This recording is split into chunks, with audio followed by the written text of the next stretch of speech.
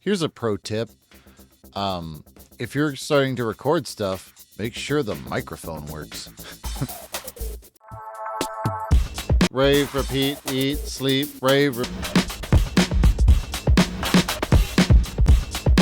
You look like a pirate.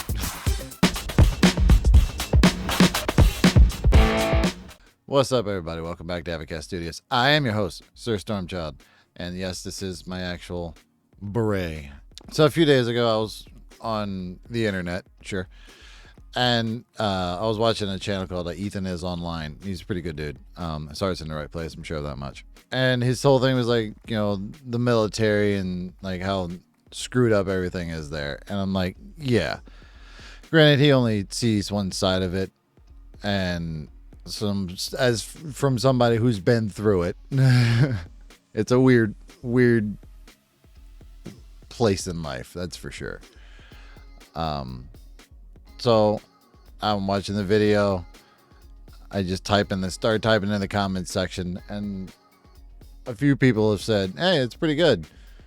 And I'm like, "What are you people talking about?" And then I reread what I actually typed. I'm like, "Oh, I guess 3 shots of whiskey will make that come out of me." So this is what the title is. You know, frat house military. It's kind of like that. It's based on my experiences and all that. So, we're just going to jump right into it.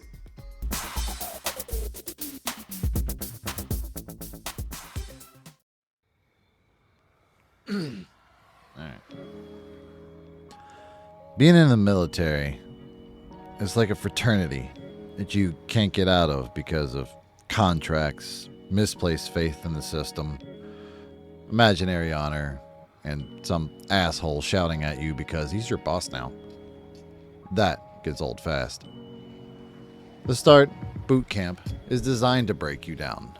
The more you hate the people pushing you, the more they expect you to push back, harder with that look of determination. Some of them will soothe your mental or physical wounds, those who understand the torture but see it as necessary and traditional. The next phase is basically college, with the steady backbone of maintaining yourself and your occupation. There are good memories and bad, but usually not life-scarring. That comes with the next phase. Arriving at your destination, your unit, your people you will work with, live with, fight with, hopefully not die with. You start a new life.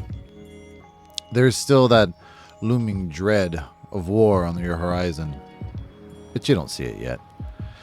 You catch it in the eyes of the ones who came before. Everyone copes differently, by and with a drink, smoke, harder stuff. Some by celebrating anything, or by helping others along the path. The thing gleams darkly between the subtext. The job and your friends become the same. Whatever attention or attitude you have, you give it all. Or some, or just a bit so you can go back to doing something else. Distracting yourself, gaining life experience, climbing the many ladders. Then a day comes when you have to go. The hot sun, dry heat, smells of burning oil and, strangely, hemp, mixed with the fear that the next one will get you. That's when you step off the final plane and it all floods in on you. That rat bastard of a recruiter hasn't bothered to call you since you signed up. Vanished into the ether, leaving invisible blood trails. Everything you carry is heavy. The armor, the weapons, the clothes, the extra things you needed hang on you like concrete. You suddenly wish to call home, to hear some familiar voices, the ones you swore to protect, the ones you were sent to die for, to protect some distant ideals, to be all that you can be. Never mind the corporate infusion into the daily battleground. The Pizza Hut, Starbucks, and Subway, and more, litter the forward operation bases, calling you over for a slice of home. You eat it as the mortar shells begin their weekly tirade. After a while, violence becomes a nuisance. You sit in the bunker and eat. and wait for the ending. Your heart always races, though. It always will if the sound is just the right decibel. Years later, thunderstorms will reintroduce this fear. You'll coax yourself back to reality. Then time comes to leave it all behind. Might be retiring, maybe just a step back. Either way, the contract is done. They promise to honor their promises, and you believe them, knowing how hard they will work to hold out. The thunder rolls in the distance. You remember old friends. You smile at the thought of them and the good times. Memories of adrenaline youth. You also understand that distant look now. That stare when reliving those darker moments. The confusion, the panic, the debris, the pain, the desperate will to live, that ceaseless need to die. The blurry details and sharp horrors.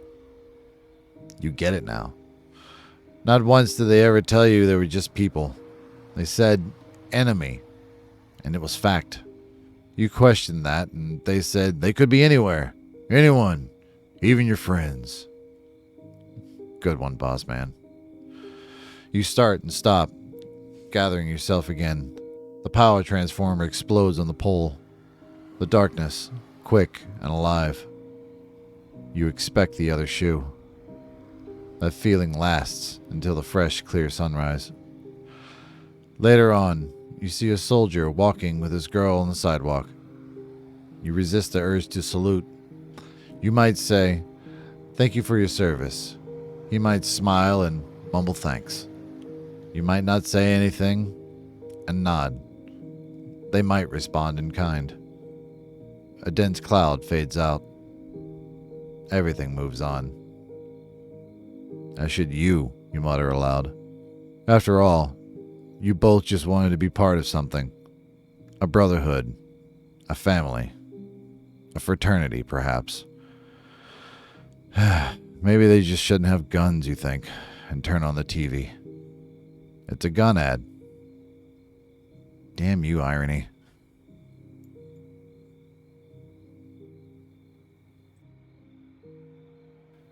So thank you so much for watching, listening, whatever just happened. I'm not quite sure. Video's not done yet. Please be safe out there, and I'll see you beautiful people in the next one. Later, guys.